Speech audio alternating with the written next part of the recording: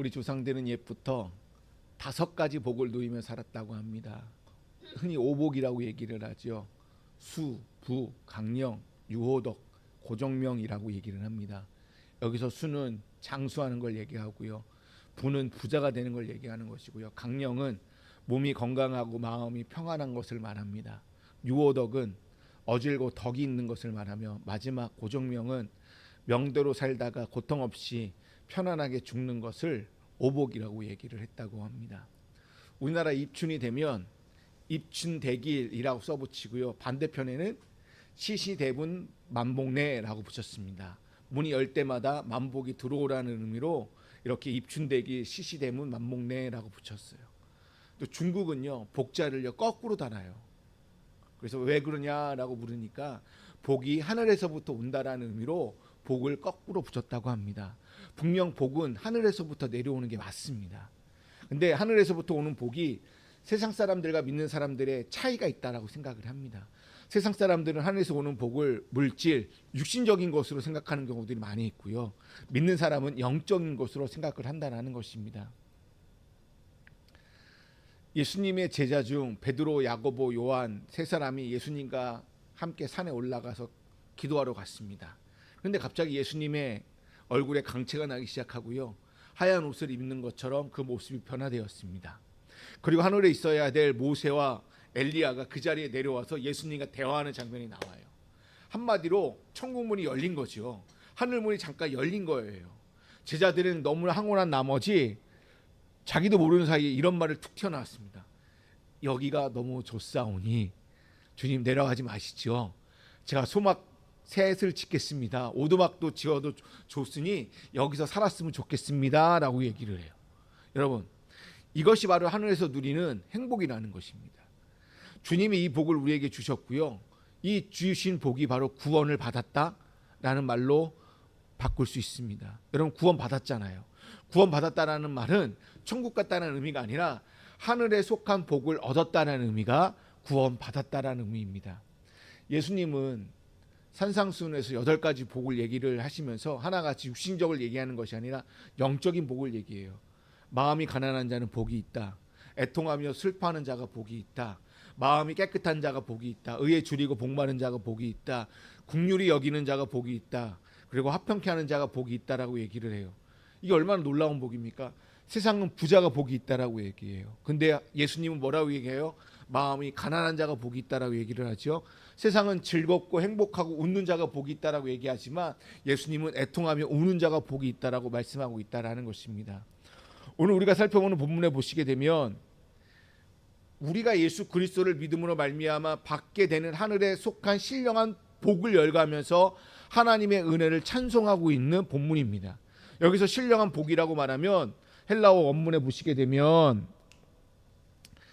에울로니아 푸니메티케라는 말로 되어져 있습니다. 여기서 푸니마티케는 영적인 성령이라는 말로 말 그대로 육적인 복을 말하는 게 아니라 고린도전서 15장 44절 말씀을 보시게 되면 육의 몸을 심고 신령한 몸으로 다시 살아나나니 육의 몸이 있은즉 또 영의 몸도 있느니라. 이게 무슨 말이냐면 신령한 몸이라고 하면 우리는 육의 몸까지 같이 연상하는 경우가 있어요.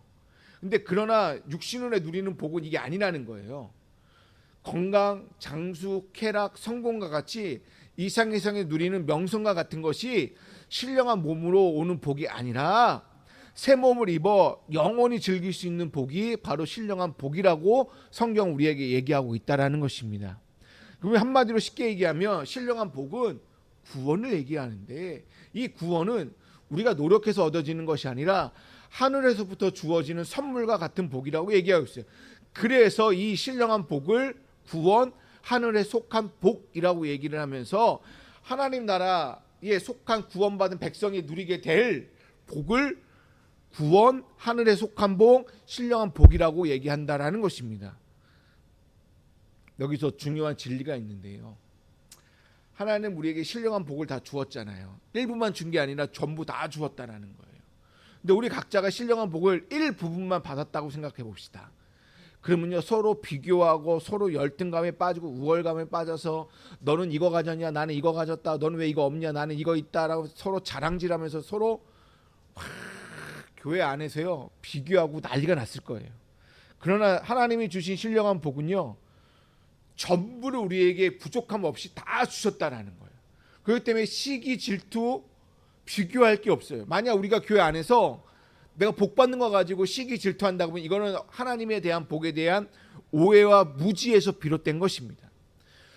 주님께서 복을 전부 주신다는 사실에 대해 오해와 무지를 보여주는 좋은 사례가 있는데요. 탕자 이야기요. 특히 탕자 형을 비교할 수 있습니다. 돌아온 탕자에 대해 아버지가 이렇게 반응을 보여요. 제일 좋은 옷을 가져다가 입혀라. 손에 가락지를 끼워라. 발에 신을 씌워라. 야 송아지를 잡아라 라고 얘기를 해요. 이것을 옆에 듣던 형이요 삐져요. 그리고 탕자 돌아온 탕자에 대하여 아버지가 편애한다라고 생각하여 시기 질투 원망을 합니다. 그럼 아버지가 뭐라고 얘기하냐면 장남에게 너 왜 이렇게 시기 질투하고 원망하고 있느냐라고 얘기하면서 이렇게 얘기해요. 너는 항상 나와 함께 있으니 내 것이 아니냐라고 얘기를 해요. 이게 얼마나 놀라운 축복인지 모릅니다. 야, 잘 보십시오. 탕자 아버지는 탕자에게 고작 해준 게 뭐예요? 그냥 신을 신기고 옷을 입히고 바지 끼고 잔치를 벌이는 게 다예요. 근데 탕자 형에는 뭐라고 얘기하냐면 아버지의 전부가 너의 것이다 라고 얘기를 하고 있다는 것입니다. 이 말을 다시 뒤져보면 하나님 아버지도 우리 각자에게 전부를 주었다라는 거예요. 오늘 본문 사도 바울은 하늘에 속한 신령한 복에 대하여 세 가지로 얘기하고 있어요. 첫 번째는 하나님의 아들이 되는 복, 그다음 두 번째는 제사함을 받는 축복, 두 번째는 하나님 나라의 영원히 얻을 기업의 영광이 이 세 번째 복이라고 얘기하고 있습니다. 한마디로 기독교 구원은 성부, 성자, 성령이 삼일체 하나님께서 우리에게 주시는 복으로 되어져 있어요. 하나님의 아들이 되는 신부는 성부, 제사함은 성자, 그 다음에 기업의 영광을 얻는 것은 성령의 복이라는 것입니다. 이것이 기독교 구원의 역사예요. 하나님의 주권, 그 다음에 그리스도 안에서 이루어지는 복, 성령의 보증으로 인하여 삼위일체 공동 사역으로 우리가 구원받게 되었다라는 것입니다. 여러분 우리가 깨달아야 할 것이 무엇이냐면 우리가 하나님의 아들이 되었습니다. 모든 제사함을 얻었어요. 영원토록 누릴 기업의 영광이 누리는 것이 이것이 얼마나 위대한 것인 줄 깨달을 줄 알아야 된다는 것입니다. 이것을 깨닫고 고백할 때 우리의 삶은 하늘의 신령의 복을 받고 땅의 신령한 복을 받는 줄로 믿습니다. 이 세상이 아무리 힘들고 어렵다 할지라도 그리고 연약하고 공고하고 힘들다 할지라도 우리는 이 땅을 바라보는 자들이 아니라 저 위를 바라보면서 하나님을 바라보면서 하늘을 바라보며 살아갈 수밖에 없다라는 것입니다. 왜냐? 이 땅은 우리에게 소망과 희망을 주지 못해요. 오히려 아픔과 힘듦과 비교와 시기와 질투만 줄 뿐이라는 것이지요. 지금 에베소서를 쓰고 있는 사도 바울의 상황은 감옥에 갇힌 상황입니다. 구금되어져 있는 상황이에요. 근데 이 바울은 감옥에서 쓰면서 감사와 찬양으로 일관하고 있다는 거예요. 감옥을 지키는 간수들이요 바울을 보면서요 정신 나간 사람이네, 저 미친놈을 봤나라고 생각했을 것입니다. 그리고 아마도 이렇게 생각했을 거예요. 에휴 저 불쌍한 사람 어쩌다가 이렇게 됐지. 얼마 지나지 않아서 이제 재판을 받게 될 것이고 사형장에 들어가서 곧 죽게 될 텐데 에이구 참 안쓰럽고 불쌍하다라고 생각했을 거예요. 또 한편으로 이렇게 생각할 수 있을 거예요. 저 사람이 왜 이렇게 곧 죽을 텐데 왜 이렇게 찬양하고 이렇게 행복하지? 저 사람의 얼굴에는 왜 평안이 있지? 라고 생각했을 거예요. 왜 그랬을까요? 왜 감옥에 갇혀서 곧 죽게 될 이 사도 바울이 왜 행복하고 왜 찬양을 하고 감사를 하고 얼굴에 평안이 넘쳐나게 됐을까요? 이유는 딱 하나예요. 예수 그리스도의 복, 바로 구원의 복을 가지고 있기 때문에 행복을 누릴 수 있게 되었다라는 것입니다. 이처럼 예수 믿는 사람의 얼굴은 밝아야 돼요. 예배 드리는 사람의 얼굴은 얼굴에 표정이 밝아야 돼요. 한번 옆에 있는 사람을 보십시오. 얼굴이 밝은지 어두운지 아니면 똥 씹은 표정인지. 네. 근데요 예배 자리에 내가 가난하고 성공하지 못하고 몸에 질병이 있다 할지라도 예수 믿는 사람은 예배 자리에서는 얼굴이 밝아야 된다라고 생각합니다. 행복해야 된다고 생각합니다. 그래서 진짜 세상 사람들이 볼 때 저 사람은 뭔가 다르네, 저 사람 우리와 좀 뭔가 다른데 라고 말할 수 있어야 돼요. 그래서 사람들이 물으면 왜 그래요? 라고 물으면 예수 믿기 때문에 달라요, 예수 믿기 때문에 저는 너무나 행복합니다 라고 말할 수 있어야 된다는 거예요. 그 예수 믿는다라는 게 무엇인데요? 구원이요? 구원이로 말할 수는 없잖아요. 아까 말했던 세 가지 복, 하나님의 자녀된 복을 내가 누렸기 때문에, 제사함의 축복을 받았기 때문에, 하늘의 신령한 복을 받아서 기업의 영광을 내가 받았기 때문에, 내가 예수님 때문에 오늘 또, 예수님 때문이 아니죠, 예수님 덕분에 오늘 또 내가 행복합니다 라고 말할 수 있어야 된다는 것입니다. 오늘 본문을 읽어보면 가장 큰 복이 무엇인지 우리에게 가르쳐주고 있습니다. 이것이 7절 말씀입니다. 우리는 그리스도 안에서 그의 은혜의 풍성함을 따라 그의 피로 말미암아 속량 곧 제사함을 받았느니라. 여기서 속량을 의미하는 이 헬라어 단어가요, 값을 치르고 노예를 해방시키다, 몸값을 치르고 포로로 석방하다는 뜻을 갖고 있습니다. 그러니까 우리는 원래 뭐였다라는 거예요? 노예. 뭐의 노예? 제 노예였다라는 거예요. 예수의 피로 말미암아, 예수의 피값으로 말미암아 우리가 해방되었다라는 의미가 속량, 제사함을 받게 되었다는 의미입니다. 우리는 원래 다 죄인이었어요. 하늘의 신령한 복을 누리지 못하는 자들이었다는 것입니다. 하나님 관계가 끊어졌고요, 하나님 앞에 나갈 수 없는 자였다는 거예요. 그러니까 제사를 드릴 수 없는 자들이었다라고요. 근데 우리가 기다리고 있던 하나님의 형벌과 하나님의 심판을 받을 수밖에 없었던 우리가 예수 그리스도의 한 사람으로 말미암아 우리가 어여쁜 자가 되었고요, 존귀한 자가 되었고 하나님이 가장 사랑하는 자로 바뀌게 되었다는 것입니다. 그러니까 우리가 죄 용서를 받게 된 이유는 우리가 뭐 어여뻐서요, 우리가 뭐 존귀한 자가 되어서요? 아니요, 그냥 하나님의 은혜였다라는 것이죠.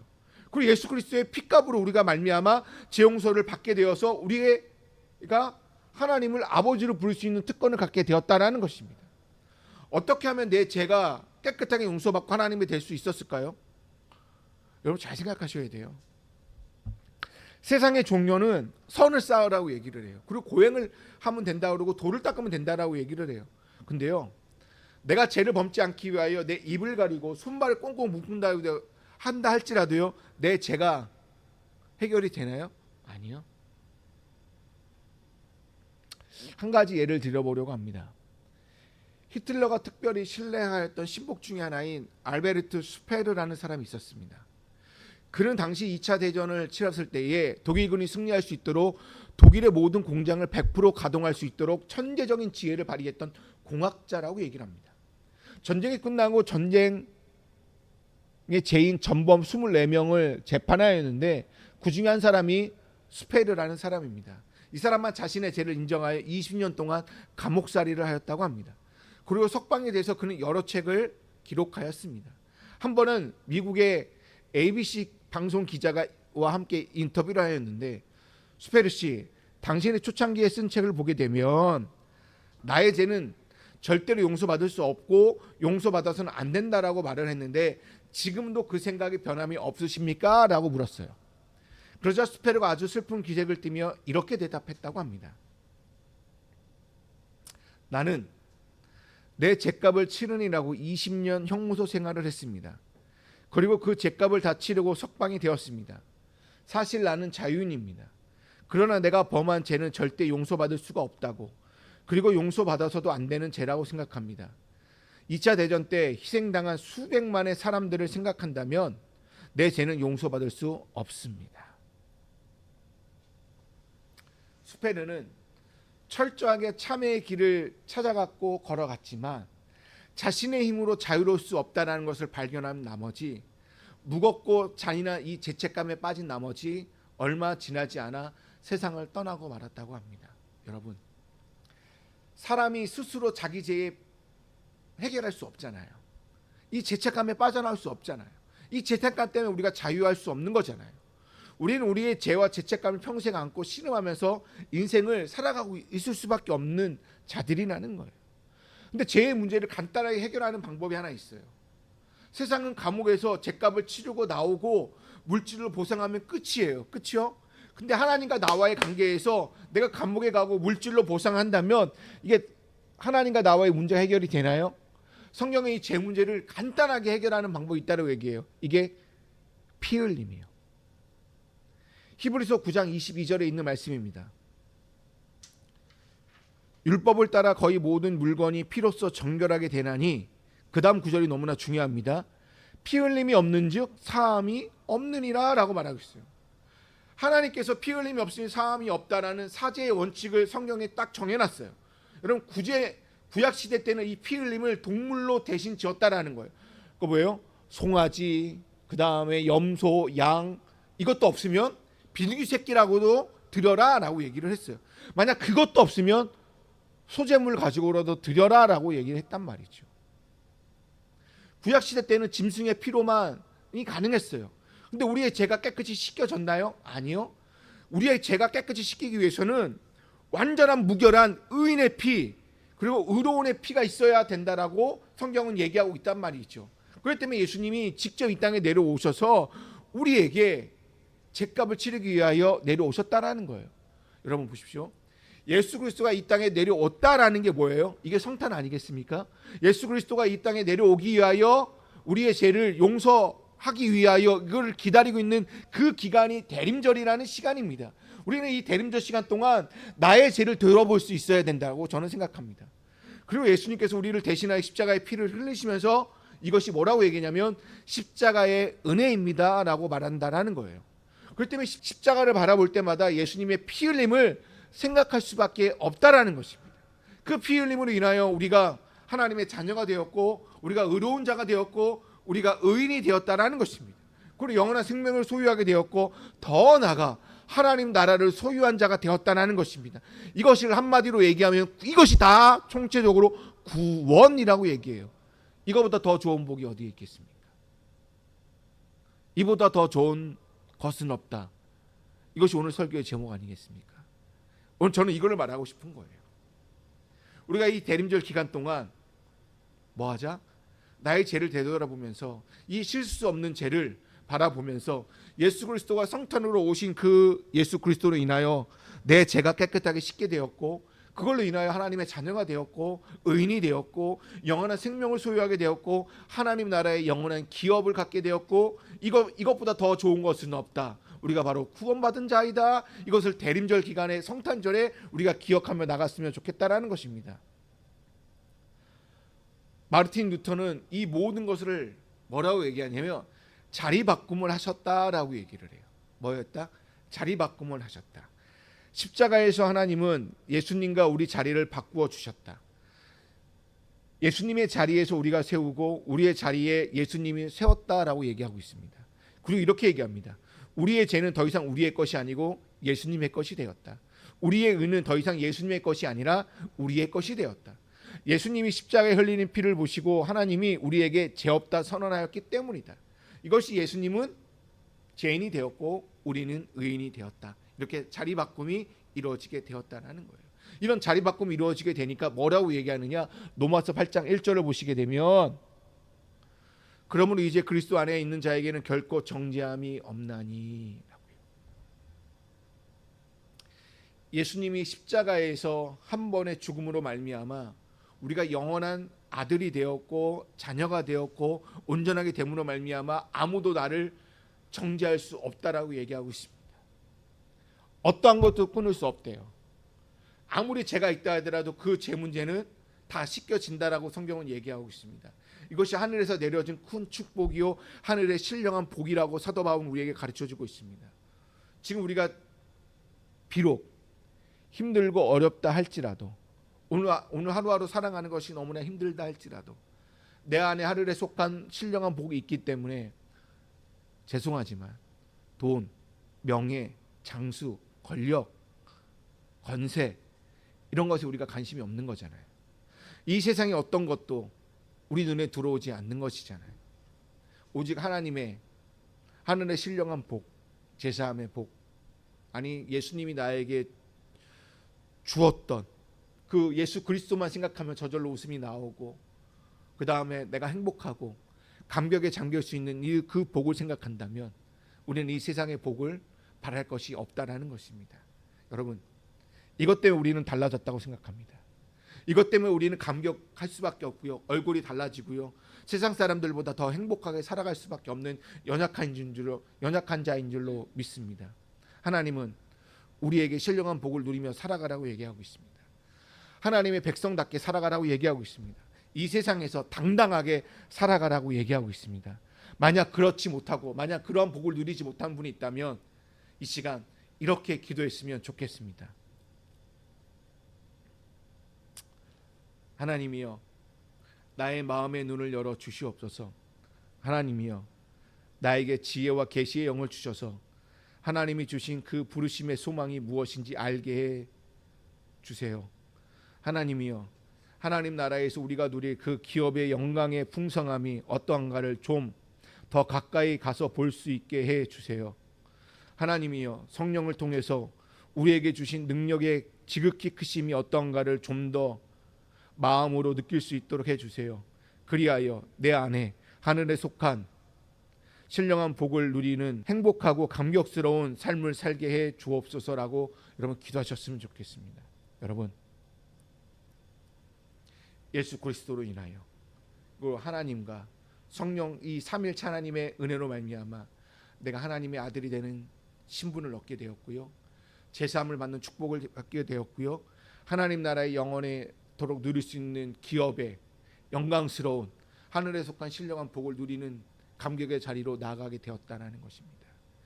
그것을 하기 위하여 예수 그리스도가 이 땅에 오신 줄로 믿습니다.